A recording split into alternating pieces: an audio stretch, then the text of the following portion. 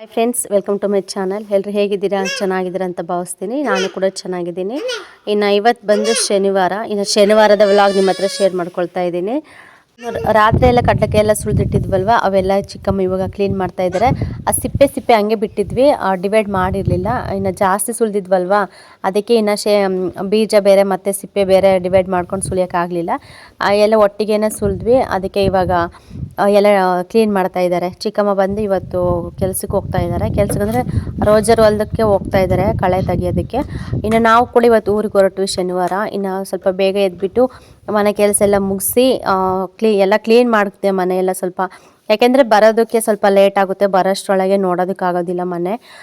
ಹಾಗಾಗಿ ಪಾತ್ರೆ ಮತ್ತು ಲೋಟ ತಟ್ಟೆ ಅವೆಲ್ಲ ಕೂಡ ಎಲ್ಲ ಒಂದ್ರೊಳಗೆ ಹಾಕ್ಬಿಟ್ಟು ನೀಟಾಗಿ ಮುಚ್ಚಿಟ್ಟು, ಮತ್ತು ಪಾತ್ರೆ ಕೂಡ ಅಷ್ಟೇ, ನಮ್ಗೆ ಎಷ್ಟು ಪಾತ್ರೆ ಬೇಕು ಅಷ್ಟು ಪಾತ್ರೆ ಇಟ್ಕೊಂಡಿದ್ದಲ್ವ ಅವನ್ನು ಕೂಡ ಒಂದ್ರೊಳಗೆ ಹಾಕ್ಬಿಟ್ಟು ಎಲ್ಲ ನೀಟಾಗಿ ಸೆಲ್ಫ್ಗೆಲ್ಲ ಜೋಡಿಸ್ಬಿಟ್ಟು, ಮತ್ತು ನೀರಿನ ಕ್ಯಾನ್ ಅಷ್ಟೇ, ನೀರಿನ ಕ್ಯಾನ್ ಕೂಡ ನೀರೆಲ್ಲ ಚೆಲ್ಬಿಟ್ಟು ಮತ್ತು ಅದನ್ನು ಫುಲ್ಲು ಡ್ರೈ ಆಗೋ ಥರ ಬಿಟ್ಬಿಟ್ಟು ಮತ್ತೆ ಮುಚ್ಚಿ ಅದನ್ನು ಸೈಡ್ಗೆ ಎತ್ತಿಟ್ಟು ಒಟ್ಟು ಟೋಟಲಿ ಕೆಲಸ ಎಲ್ಲ ಮುಗಿಸಿ ಇನ್ನು ರೆಡಿ ಆದವು. ಇನ್ನು ಚಿಕ್ಕಮ್ಮ ಕೂಡ ಹೊರಗೆ ಹೋದ್ರು. ಇನ್ನು ನಾವು ಹೋಗಿ ಬರ್ತೀವಿ ಅಂತ ಹೇಳಿದ್ವಿ. ಚಿಕ್ಕಮ್ಮನಿಗೆ ಬೇಜಾರು ಕಳಿಸ್ಕೊಡೋದಕ್ಕೆ. ಸಾಯಂಕಾಲ ಬಂದರೆ ಕಲ್ಯಾಣನ ಜೊತೆ ಆಟ ಆಡ್ಕೊಂಡು ಎಷ್ಟೇ ಕೆಲಸ ಮಾಡಿ ಬರಲಿ, ಗುಣನ ಜೊತೆ ಆಟ ಆಡ್ಕೊಂಡು ಗುಣನ ಜೊತೆ ಮುಖ ನೋಡಿದ ತಕ್ಷಣ ಅವ್ನಿಗೆ ಎಷ್ಟೇ ಅವ್ರಿಗೆ ಮೈ ನೋವಿದ್ರು ಕೂಡ ಮಾಯ ಆಗ್ತಾಯಿತ್ತು, ಅಷ್ಟು ಇದು. ಇನ್ನು ನಾನು ಇದ್ದರೂ ಕೂಡ ಮನೆಯಲ್ಲಿ ಸ್ವಲ್ಪ ಹೆಲ್ಪ್ ಆಗ್ತಾಯಿತ್ತು. ಇನ್ನು ಇಬ್ಬರು ಇಲ್ಲ ಅಂತಂದರೆ ಅವ್ರಿಗೆ ಒಂಥರ ಮನೆಯಲ್ಲೇ ಖಾಲಿ ಅನಿಸುತ್ತೆ, ಇರೋದಕ್ಕೆ ಮನಸ್ಸು ಬರಲ್ಲ ಅವ್ರಿಗೆ, ಅಷ್ಟು ಬೇಜಾರು ಮಾಡ್ಕೊತಾ ಇರ್ತಾರೆ. ನಾವು ಹೋಗೋದಿರಲಿ, ನಾವು ಇವತ್ತು ಹೋಗಿದ್ದೀವಿ ಅಂದರೆ ಆಗಲೇ ಸಾಯಂಕಾಲನೇ ಫೋನ್ ಬಂದುಬಿಟ್ಟಿರುತ್ತೆ, ಯಾವಾಗ ಬರ್ತೀರಾ ಅಂತ ಹೇಳಿ ಆ ಥರ ಮಾಡ್ತಾ ಇರ್ತಾರೆ. ನನಗಂತೂ ಇವಾಗಲೇ ಯೋಚನೆ ಆಗ್ತಾಯಿದೆ, ಇವ್ರನ್ನೆಲ್ಲ ಬಿಟ್ಟು ಹೆಂಗಪ್ಪ ಇರೋದು ಅಂತ ಹೇಳ್ಬಿಟ್ಟು. ಇನ್ನು ನಾವು ಎಲ್ಲನ ಸೆಟ್ಲ್ ಆಗ್ತೀವ ಅಂತ ಅಂದಾಗ ಪರ್ಮನೆಂಟಾಗಿ ಈ ಕಡೆನೇ ಗಂಡನ ಮನೆ ಕಡೆನೇ ಸೆಟ್ಲಾಗಬೇಕಲ್ವ. ಇನ್ನು ಪರ್ಮನೆಂಟ್ ಆ ಕಡೆನೇ ಹೋಗ್ಬಿಟ್ರೆ ಇವ್ರ ಗತಿ ಏನು ಅಂತ ಫೀಲ್ ಬಂದುಬಿಡುತ್ತೆ ನಮಗೆ. ಯಾಕೆಂದ್ರೆ ಅಷ್ಟು ಇದು ತುಂಬ ಹಚ್ಕೊಂಡ್ಬಿಟ್ಟಿದ್ದಾರೆ, ಮತ್ತು ಬಿಟ್ಟಿರೋದಕ್ಕೂ ಕೂಡ ಆಗೋದಿಲ್ಲ. ಅಷ್ಟೊಂದು ಇದು ಏನು ಮಾಡೋಕ್ಕಾಗುತ್ತೆ. ಇವಾಗ ಹೆಣ್ಮಕ್ಳಂದಮೇಲೆ ಒಂದಿನ ಹೋಗಲೇಬೇಕು ಗಂಡನ ಮನೆಗೆ. ಎಷ್ಟು ದಿನ ಇದ್ದರೂ ಕೂಡ ತವ್ರ ಮನೆಯಲ್ಲಿ ಅದೇನು ಲೆಕ್ಕಕ್ಕೆ ಬರೋದಿಲ್ಲ. ಸ್ವಲ್ಪ ದಿನ ಬೇಜಾರಾಗುತ್ತೆ, ಏನೂ ಮಾಡೋಕ್ಕಾಗಲ್ಲ. ಇವಾಗ ಅವರು ಬರಬೇಕು, ನಾವು ಹೋಗಬೇಕು, ಆ ಥರ ಸ್ವಲ್ಪ ದಿನ ಓಡಾಡ್ಕೊಂಡಿದ್ರೆ ಅವಾಗೇನು ಅನಿಸೋದಿಲ್ಲ. ಇನ್ನು ಬಸ್ ಸ್ಟಾಪಿಗೆ ಬಂದ್ವಿ. ಇನ್ನು ಟೈಮ್ ತುಂಬ ಇತ್ತು ಫ್ರೆಂಡ್ಸ್ ಬಸ್ ಬರೋದಕ್ಕೆ. 10:30ಗೆ ಬಸ್ ಬರೋದಕ್ಕೆ ನನ್ನ ಮಗ 10:15ಗೆ ಕರ್ಕೊಂಬಂದುಬಿಟ್ಟಿದೆ ಬಸ್ ಸ್ಟ್ಯಾಂಡಿಗೆ. ಇನ್ನು ಬ್ಯಾಗ್ ನೋಡಿಬಿಟ್ಟು ಅಮ್ಮ ನಡಿ ಹೋಗೋಣ, ಇಲ್ಲದೇ ಬೇಡ ಅಂತೇಳ್ಬಿಟ್ಟು ಫಸ್ಟು ಮನೆ ಬಿಡಿಸ್ಬಿಟ್ಟೆ ನಮ್ಮನ್ನು. ಇನ್ನು ಬಸ್ ಸ್ಟ್ಯಾಂಡಿಗೆ ಬಂದು ಎಷ್ಟೊತ್ತು ವೇಟ್ ಮಾಡಿದ್ವಿ. ಬಸ್ ಸ್ಟ್ಯಾಂಡಿಗೆ ಬಂದು ಅರ್ಧ ಗಂಟೆ ವೇಟ್ ಮಾಡಿದ್ರು ಕೂಡ ಬಸ್ ಬರಲಿಲ್ಲ. ಇನ್ನು ಹಂಗೆ ಕಾಯ್ಕೊಂಡು ಕುತ್ಕೊಂಡಿದ್ವಿ, ಏನು ಮಾಡೋಕ್ಕಾಗುತ್ತೆ ಅಂತ ಹೇಳಿ. ಇನ್ನು ಫೈನಲಿ ಚಳ್ಳಕೆರೆಗೆ ಬಂದ್ವಿ. ಚಳ್ಳಕೆರೆಯಲ್ಲಿ ಇಳಿದ್ಬಿಟ್ಟು ಮತ್ತೆ ಹಿರಿಯೂರು ಬಸ್ ಹತ್ತಿದ್ದೀವಿ ಇವಾಗ. ಆವಾಗ ತಾನೇ ಬಂದು ನಿಲ್ಲಿಸಿತ್ತು ಬಸ್, ಯಾರೂ ಇರಲಿಲ್ಲ. ಇನ್ನು ಎಲ್ಲ ಹತ್ಕೊಳೋರೆಲ್ಲ ಹತ್ಕೊತಾ ಇದ್ರು. ಇನ್ನು ನಾವು ಕೂಡ ಹತ್ಕೊಂಡು ಇನ್ನು ಮುಂದಿನ ಸೀಟಲ್ಲಿ ಕುತ್ಕೊಂಡ್ವಿ. ಅಲ್ಲಿ ವಿನಾಯಕಂದು ಪೂಜೆ ಎಲ್ಲ ಆಗಿತ್ತು, ಹಂಗೆ ಸ್ವಲ್ಪ ಕೈ ಮುಕ್ಕೊಂಡು ಇನ್ನು ಕುತ್ಕೊಂಡು ಅಲ್ಲೇ. ಇನ್ನು ಬಸ್ಗಳೇನು ಜಾಸ್ತಿ ಇರ್ತವೆ, ಗೌರ್ಮೆಂಟ್ ಬಸ್ ಇರುತ್ತೆ, ಪ್ರೈವೇಟ್ ಬಸ್ ಇರುತ್ತೆ. ನಾವು ಯಾವಾಗಲೂ ಪ್ರೈವೇಟ್ ಬಸ್ಗೆ ಬರೋದು. ಏನಂದರೆ ಪ್ರೈವೇಟ್ ಬಸ್ಸಲ್ಲಿ ಅಷ್ಟೊಂದು ಸೀಟುಗಳು ಬೇಗ ತುಂಬೋದಿಲ್ಲ, ಅದಕ್ಕೋಸ್ಕರ ಜಾಸ್ತಿ ಟೈಮ್ ಹಿಡಿಯುತ್ತೆ. ಇನ್ನು ಗೌರ್ಮೆಂಟ್ ಬಸ್ ಆದ್ರಂತೂ ಇನ್ನು ಸೀಟ್ ಸಿಗೋದಿಲ್ಲ. ಅಲ್ಲಿ ಎಷ್ಟೊತ್ತು ವೇಟ್ ಮಾಡಿ ಬೇಗ ಹತ್ಕೊಂಡ್ರೂ ಕೂಡ ಸೀಟ್ ಸಿಗೋದಿಲ್ಲ. ಪ್ರೈವೇಟ್ ಬಸ್ಸಲ್ಲಿ ಏನಂದರೆ ಸೀಟ್ ಸಿಗುತ್ತೆ, ಬೇಗ ಬಿಡೋದಿಲ್ಲ. ಟೈಮ್ ಆ ಥರ ಇದಾಗ್ತಾ ಇರುತ್ತೆ. ಮತ್ತು ಎಲ್ಲದಕ್ಕೂ ನಾವು ಇದು ಮಾಡ್ಕೋಬೇಕಲ್ಲ. ಈ ಸರ್ಕಾರದ್ದು 5 ವರ್ಷ ಮುಗಿಯೋವರೆಗೂ ಅಷ್ಟೇ, ಫ್ರೀ ಬಸ್ಸು ಅದು ಮುಗಿಯೋವರೆಗೂ ಅಷ್ಟೇ. ಆಮೇಲೆ ನೆಕ್ಸ್ಟು ಮಾಮೂಲಿನೇ ಮುಂಚೆ ಯಾವ ಥರ ಇರ್ತಿತ್ತು ಆ ಥರ ರಶ್ ಹೋದರೆ ಸಿಕ್ಕಾಪಟ್ಟೆ ರಶ್ ಇರುತ್ತೆ. ಆ ಬಸ್ಸು ಈ ಬಸ್ಸು ಎಲ್ಲನೂ ರಶ್ ಇರುತ್ತೆ. ಇವಾಗ ಸದ್ಯಕ್ಕೆ ಪ್ರೈವೇಟ್ ಬಸ್ಗಳಿಗೆ ಅಷ್ಟೊಂದೇನು ರಶ್ ಇರೋಲ್ಲ, ಈಗ ಫ್ರೀಯಾಗಿ ಹೋಗ್ಬೋದು. ಇನ್ನು ಹಿರಿಯೂರು ಕಡೆ ಹೊರಟ್ವಿ. ಸಾರಿ, ವಾಯ್ಸ್ ಓವರ್ ಕೊಡ್ಬೇಕಾದ್ರೆ ನಮ್ಮ ಗುಂಡ ಅಂತೂ ಸಿಕ್ಕಾಪಟ್ಟೆ ತರಲೆ ಮಾಡ್ತಾಯಿದ್ದಾನೆ, ಗಲಾಟೆ ಮಾಡ್ತಾಯಿದ್ದಾನೆ. ಅದಕ್ಕೆ ನನ್ನ ವಾಯ್ಸು ಸೆಂಟ್ರಲ್, ಅವನ ವಾಯ್ಸ್ ಕೂಡ ಕೇಳಿಸ್ತಾ ಇದೆ, ಅದಕ್ಕೋಸ್ಕರ. ಇನ್ನು ಹೈವೇ ಬರುತ್ತಲ್ವ, ಅಲ್ಲಿ ಸೆಂಟ್ರಲ್ ಸ್ವಲ್ಪ ಜಾಗ ಬಿಟ್ಟು ಎಲ್ಲ ಫುಲ್ಲು ಗಿಡ ಹಾಕಿರ್ತಾರಲ್ಲ, ಆ ಗಿಡಗಳ ಮಧ್ಯೆ ಅಂತೂ ಸಿಕ್ಕಾಪಟ್ಟೆ ಹೂವು, ಕಲರ್ ಹೂವು ಇರುತ್ತೆ, ನೋಡೋದಕ್ಕೆ ಒಂಥರ ಖುಷಿ ಆಗ್ತಾ ಇರುತ್ತೆ. ಇನ್ನು ಹಿರಿಯೂರಿಗೆ ಬಂದ್ವಿ. ಹಿರಿಯೂರಿಗೆ ಬಂದ ತಕ್ಷಣ ನಮ್ಮ ಮನೆಯವ್ರು ಫೋನ್ ಮಾಡಿದ್ರು, ಒಂದೆರಡು ಬರ್ಮಾಡ ತೊಗೊಂಬ ಅಂತೇಳ್ಬಿಟ್ಟು ಶಾರ್ಟ್ಸು. ಅವನ್ನ ನೋಡ್ತಾ ಇದ್ದೀನಿ, ಕ್ವಾಲಿಟಿ ಹೆಂಗಿದಾವೆ ಅಂತ ಹೇಳ್ಬಿಟ್ಟು. ಪರವಾಗಿರಲಿಲ್ಲ, ಕ್ವಾಲಿಟಿ ಇತ್ತು.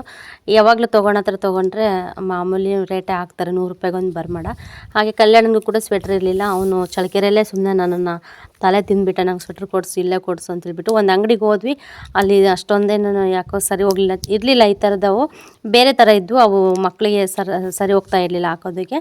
ಅದಕ್ಕೆ ಅದಕ್ಕೆ ಬೇಡ ಅಂತೇಳ್ಬಿಟ್ಟು ಇಲ್ಲಿ ಬಂದು ನಮ್ಮ ಮನೆಯವ್ರಿಗೊಂದು 3 ಬರ್ಮಾಡ ಮತ್ತು ನನ್ನ ಮಗನಿಗೊಂದು ಸ್ವೆಟ್ರ್ ತೊಗೊಂಡ್ವಿ. ಇನ್ನು ತೊಗೊಂಡು ಇನ್ನು ಡೈರೆಕ್ಟಾಗಿ ಬಸ್ ಸ್ಟ್ಯಾಂಡಿಗೆ ಬಂದ್ವಿ. ಆಟೋ ಸ್ಟ್ಯಾಂಡಿಗೆ ಬಂದ್ವಿ. ಆಟೋಗೆ ಹೋಗೋಣ ಅಂತೇಳ್ಬಿಟ್ಟು ಅಲ್ಲಿ ಎಗ್ ರೈಸ್ ಅಂಗಡಿ ಅವೆಲ್ಲ ಇದ್ದಾವೆ. ಇನ್ನು ಅಲ್ಲೇ ಸ್ವಲ್ಪ ಎಗ್ ರೈಸ್ ತಿಂದ್ವಿ. ನಾನು ಗುಂಡ ಎಗ್ ರೈಸ್ ತಿಂದ್ಕೊಂಡು ಇನ್ನು ಸೀದಾ ಊರಿಗೆ ಹೋಗೋಣ ಅಂತೇಳ್ಬಿಟ್ಟು ನಾವು ಆಟೋ ಹತ್ತಿದ್ವಿ. ಅಷ್ಟರೊಳಗೆ ಸುಸ್ತಾಗ್ಬಿಡ್ತು. ನಿಜವಾಗ್ಲೂ ನನ್ನ ಮಗನ ಕರ್ಕೊಂಡು ಬ್ಯಾಗ್ ತೊಗೊಂಡು ಜರ್ನಿ ಮಾಡಬೇಕಂದ್ರೆ ನನಗೆ ಒಟ್ಟು ಎಷ್ಟೊತ್ತಿಗೆ ಹೋಗಿ ಊರು ಮುಟ್ಟೋಣ ಅಂತ ಅನಿಸ್ಬಿಡುತ್ತೆ. ಅಷ್ಟು ಇದು ಮಾಡಿಬಿಡ್ತೇನೆ ಒಂದೊಂದು ಸತಿ. ನಡೆಯೋದಿಲ್ಲ ಫ್ರೆಂಡ್ಸ್. ಎಷ್ಟು ಒಂದು ಸ್ವಲ್ಪ ಅಲ್ಲಿವರೆಗೂ ನಡ್ಕೊಂಬಂದರೂ ಕೂಡ ಫ್ರೀ ಇರುತ್ತೆ ಜಾಗ, ಅಲ್ಲಿ ನಡ್ಕೊಂಬಂದರೂ ಕೂಡ ನಡ್ಕೊಳ್ಳೋದಿಲ್ಲ. ಯಾವಾಗಲೂ ಎತ್ಕೋ ಅಂತ ಹೇಳ್ತಾ ಇರ್ತಾನೆ. ಇನ್ನು ಫೈನಲಿ ಆಟೋಗೆ ಬಂದು ಊರೊಳಗೆ ಸೇರ್ಕೊಂಡ್ವಿ. ಇನ್ನು ನಮ್ಮ ಮನೆಯವ್ರು ಬಂದುಬಿಟ್ಟು ಗೇಟ್ ಹತ್ರ ಕರ್ಕೊಂಡು ಬಂದರು. ಇನ್ನು ಸೀದಾ ತೋಟಕ್ಕೆ ಬಂದ್ವಿ. ಇಲ್ಲೇ ಅಲ್ವಾ ಬಟ್ಟೆ ಎಲ್ಲ ಇಡೋದು, ನಾನು ಬ್ಯಾಗು ಎಲ್ಲ ಇಲ್ಲೇ ಇಟ್ಬಿಟ್ಟು ಊರೊಳಗೆ ಹೋಗೋಣ ಅಂತ ಹೇಳಿ. ಇನ್ನು ಆಗ್ಲಲ್ಲ ಅಲ್ಲಿಗೂ ಇಲ್ಲಿಗೂ ತುಂಬ ಇದಾಗುತ್ತೆ. ಬ್ಯಾಗ್ ಬೇರೆ ಸ್ವಲ್ಪ ತೂಕ ಆಗಿತ್ತು. ಮತ್ತು ಅಲ್ಲಿಂದ ಇಲ್ಲಿಗೆ ಯಾರು ಹೊತ್ಕೊಂಡು ಓಡಾಡ್ತಾರಂತ ಹೇಳಿ ಡೈರೆಕ್ಟಾಗಿ ಇಲ್ಲಿಗೆ ಬಂದು ಇನ್ನು ಬಟ್ಟೆ ಎಲ್ಲ ಇಟ್ವಿ. ಇನ್ನು ನಮ್ಮ ಪವಿತ್ರ ಇಲ್ಲಿ ರಾಗಿ ಕಡ್ಡಿ ಕೊಯ್ತಾ ಇದ್ದಾಳೆ. ಇದು ಬಂದುಬಿಟ್ಟು ಹೊಲದ ಪಕ್ಕನೇ ತೋಟ ಇದೆ ಅಲ್ವಾ, ತೋಟದ ಗೇಟ್ ಇದೆ ಅಲ್ವಾ, ಗೇಟಿದ ಮುಂಚೆ ನಾನು ವೀಡಿಯೋದಲ್ಲಿ ತೋರಿಸಿದ್ದೆ ರಾಗಿ ಎಲ್ಲನೂ. ಆ ಹೊಲನೇ ಇವಾಗ ತೊಗೊಂಡು ಕೊಯ್ತಾ ಇದ್ದಾರೆ ಕಡ್ಡಿ ಎಲ್ಲ. ಸ್ವಲ್ಪ ಹಸುಗಳಿಗೆ ಮತ್ತು ಪಟ್ಲಿ ಮರಿ ತೊಗೊಬೇಕಂತಿದ್ದಾರೆ. ಪಟ್ಲಿ ಮರಿಗೆ ಆಗುತ್ತೆ ಅಂತ ಹೇಳಿ ಕಡ್ಡಿಯೆಲ್ಲ ಕೊಯ್ತಾ ಇದ್ಲು. ಅಲ್ಲೇ ಹತ್ರ ಅಲ್ಲ, ಇನ್ನು ಅಲ್ಲೇ ಇಳಿದ್ಬಿಟ್ಟು ಇನ್ನು ಮಾತಾಡಿಸ್ಕೊಂಡು ಮನೆಗೆ ಹೋಗೋಣ ಅಂತೇಳ್ಬಿಟ್ಟು ಇನ್ನು ಹೊರಡೋಣ ಅಂತ ಹೇಳಿ ಫಸ್ಟ್ ಪವಿತ್ರ ಹತ್ರ ಬಂದು ಮಾತಾಡಿಸ್ತಾ ಇದ್ದೀನಿ. ಇನ್ನು ನಮ್ಮ ಧನು ಮತ್ತು ನಮ್ಮ ಯೋಷಿತಾ ಅತ್ತೆ ಜೊತೆನೇ ಇದ್ದರು, ಮನೆ ಹತ್ರ ಇರ್ತಾರೆ. ಇನ್ನು ಹಾಲು ಬಿಡಿಸಿದಾಳೆ. ಆರಾಮಾಗಿ ಊಟ ಮಾಡಿಕೊಂಡು ಏನಾದರೂ ತಿಂಡಿ ಕೊಟ್ಟರೆ ತಿನ್ಕೊಂಡು ಆರಾಮಾಗಿರ್ತಾಳೆ. ಹಠ ಅಂತೂ ಮಾಡೋದೇ ಇಲ್ಲ ನಿಜವಾಗ್ಲೂ. ಅಂಥ ಮಗು ಹುಟ್ಟಿರೋದಕ್ಕೆ ನಿಜವಾಗ್ಲೂ ತುಂಬ ಖುಷಿ ಪಡಬೇಕು. ಎಷ್ಟೊತ್ತಾದ್ರೂ ಆಗಲಿ ಅವರಮ್ಮ ಅವರಪ್ಪ ಕಾಣಲಿಲ್ಲ ಅಂದರೂ ಕೂಡ ಸುಮ್ಮನೆ ಇರೋದು, ಆಟ ಆಡೋದು, ನಗೋದು, ಚೆನ್ನಾಗಿರ್ತಾಳೆ. ನಮ್ಮ ಅತ್ತೆ ಕೂಡ ತುಂಬ ಚೆನ್ನಾಗಿ ನೋಡ್ಕೊತಾರೆ. ಟೈಮ್ ಟು ಟೈಮ್ ಊಟ ಮಾಡಿಸಿ, ನಿದ್ದೆ ಮಾಡಿಸಿ, ಮತ್ತು ಎದ್ದಾಗ ಸ್ವಲ್ಪ ಎತ್ಕೊಂಡು ಆಟ ಆಡಿಸಿ, ಮತ್ತೇನಾದ್ರು ತಿನ್ನೋಕೆ ಕೊಟ್ಟು ಎಲ್ಲ ತುಂಬ ಚೆನ್ನಾಗಿ ನೋಡ್ಕೊತಾರೆ ಅವರು. ಅದಕ್ಕೋಸ್ಕರ ಅವಳು ಅಷ್ಟೇ ನೆನೆಸೋದೇ ಇಲ್ಲ, ಯಾವಾಗಲೂ ಅಜ್ಜಿ ಜೊತೆನೇ ಇರ್ತಾರೆ. ಸರಿ, ಪವಿತ್ರನ ಮಾತಾಡಿಸ್ಕೊಂಡು ಇನ್ನು ಊರೊಳಗೆ ಹೋಗ್ತಾ ಇದ್ದೀವಿ. ಇನ್ನು ಬ್ಯಾಗು ಬಟ್ಟೆ ಎಲ್ಲ ಕೂಡ ತೋಟದಲ್ಲೇ ಇಟ್ಟಿದ್ವಲ್ವ. ಇನ್ನು ಇವಾಗ ಸೀದಾ ಊರೊಳಗೆ ಹೋಗೋಣ ಅಂತ ಹೇಳಿ. ಅಲ್ಲಿ ಗೊತ್ತಿಲ್ಲ, ಅತ್ತೆಗೂ ಗೊತ್ತಿಲ್ಲ, ನನಗೂ ಸರಿಯಾಗಿ ಗೊತ್ತಿಲ್ಲ ಇವತ್ತು ಬರ್ತಾಯಿದ್ದೀವಿ ಊರಿಗೆ ಅಂತ ಹೇಳಿ. ಇನ್ನು ಬಂದು ಫೈನಲಿ ಮನೆ ಹತ್ರ. ಇನ್ನು ಬಂದ ತಕ್ಷಣ ಯೋಷಿತಾ ಚೆನ್ನಾಗಿ ಮಲ್ಕೊಂಡ್ಬಿಟ್ಟಿದ್ಲು ನಾವು ಬಂದಾಗ.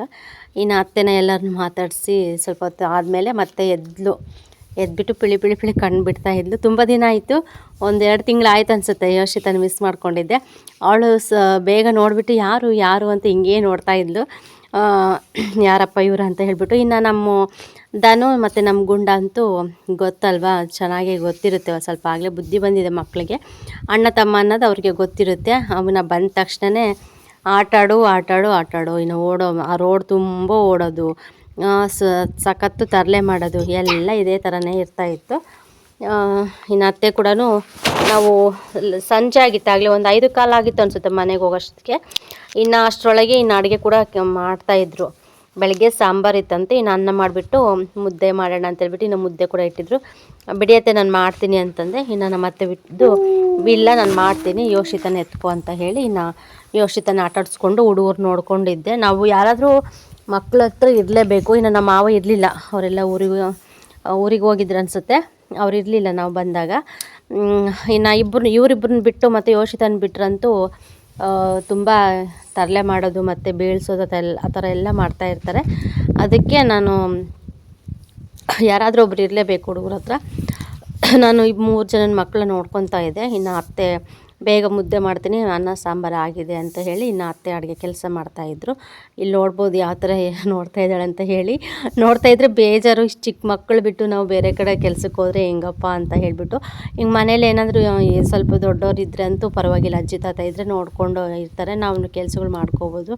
ಯಾರೇ ಇಲ್ಲ ಮಕ್ಕಳು ನೋಡ್ಕೊಳ್ಳೋಕ್ಕೆ, ನಾವೇ ನೋಡ್ಕೋಬೇಕು, ನಾವೇ ಮಾಡ್ಕೋಬೇಕಂತಂದರೆ ಒಂದು ಮಿಸ್ ಮಾಡ್ಕೋಬೇಕಾಗುತ್ತೆ. ಕೆಲಸ ಎಲ್ಲ ಬಿಟ್ಬಿಟ್ಟು ಇನ್ನು ಮಕ್ಕಳು ನೋಡ್ಕೊಂಡು ಮನೆಯಲ್ಲೇ ಇರಬೇಕಾಗುತ್ತೆ. ಇನ್ನು ಒಬ್ಬೊಬ್ಬರೇ ದುಡಿಬೇಕಾಗುತ್ತೆ. ಇನ್ನು ಪವಿತ್ರರು ಬಂದರು. ಇನ್ನು ಬಂದ ತಕ್ಷಣ ಅತ್ತೆ ಬಿಸಿ ಮುದ್ದೆ ಮಾಡಿತ್ತಲ್ಲ, ಇನ್ನು ಊಟ ಮಾಡಿಸ್ತಾ ಇದ್ದಾಳೆ ಯೋಷಿತಾಗೆ. ಇನ್ನು ನಾವು ಕೂಡ ಅಷ್ಟೇ ಇನ್ನು ಬಾಕ್ಸ್ ಎಲ್ಲ ಕಟ್ಕೊಂಡ್ಬಿಟ್ಟು ಇನ್ನು ತೋಟದ ಕಡೆ ಹೋಗೋಣ ಅಂತ ಹೇಳಿ ಇನ್ನು ರೆಡಿ ಮಾಡಿದ್ವಿ. ಇನ್ನು ನಮ್ಮ ಮನೆಯವ್ರು ಕೂಡ ಬಂದಿದ್ರಲ್ವ. ಇನ್ನು ಬಂದ ತಕ್ಷಣ ನಮ್ಮ ಧನು ಅಂತೂ ಸಿಕ್ಕಾಪಟ್ಟೆ ಇಷ್ಟ ಅವ್ರ ಚಿಕ್ಕಪ್ಪ ಅಂದರೆ. ನಮ್ಮ ಕಲ್ಯಾಣನಿಗಿಂತ ನಮ್ಮ ಧನುಗೆ ತುಂಬ ಇದು ಅಟ್ಯಾಚ್ಮೆಂಟ್ ಜಾಸ್ತಿ. ಯಾರೇ ಗದರಿಸಿದ್ರು ಕೂಡ, ಹೊಡಿಯೋಕೆ ಹೋದ್ರು ಕೂಡ ಅವ್ರ ಚಿಕ್ಕಪ್ಪನ ಹತ್ರ ಓಡೋಗ್ಬಿಡ್ತಾನೆ ತಪ್ಪಿಸ್ಕೊಂಡು. ಅಷ್ಟು ಚೆನ್ನಾಗಿದೆ ಅವ್ರ ಬಾಂಡಿಂಗು. ನೋಡಿದ್ರೆ ಒಂಥರ ಖುಷಿ ಆಗುತ್ತೆ. ಇಲ್ಲಿ ನೋಡ್ತಾ ಇರ್ಬೋದು, ಸ್ವೆಟ್ರ್ ತಂದಿದ ತಕ್ಷಣ ಹಾಕ್ಸ್ಕೊಂಬಿಟ್ಟ. ನಂಗೆ ಚಳಿ ಆಗ್ತಿದೆ, ಹಾಕು ಹಾಕು ಅಂತ ಹೇಳಿ. ಇನ್ನು ಚಳಿಗಾಲ ಬೇರೆ ಸ್ಟಾರ್ಟ್ ಆಗಿದೆ ಅಲ್ವಾ. ಓಕೆ ಫ್ರೆಂಡ್ಸ್, ಸಿಗೋಣ ನೆಕ್ಸ್ಟ್ ವೀಡಿಯೋದಲ್ಲಿ. ಅಲ್ಲಿವರೆಗೆ ವೀಡಿಯೋ ನೋಡ್ತಾ